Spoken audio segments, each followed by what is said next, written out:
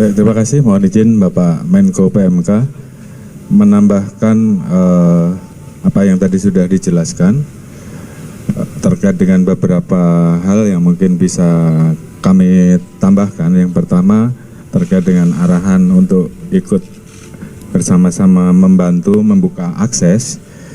Mungkin perlu kita informasikan bahwa saat ini khusus Aceh yang memang saat ini terdampak paling luas, saat ini sudah dapat diakses dengan kapal laut di 6 wilayah: Lok Sumawe, Biren, Aceh Utara, Aceh Timur, Langsa, Aceh Tamiang.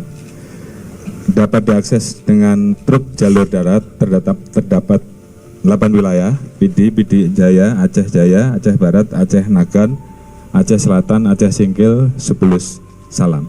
Kemudian yang dapat diakses dengan udara saat ini 4 wilayah, yaitu Aceh Tenggara, Takengon, Gayulus, Aceh Tenggara, dan Bener Meriah. Pada prinsipnya untuk tahap awal bantuan logistik ini sudah bisa disalurkan sampai di tingkat kecamatan. Itu yang pertama. Kemudian yang kedua, tadi ada pertanyaan terkait dengan masalah penegakan hukum, terkait dengan masalah temuan kayu gelondong yang sudah terkelupas.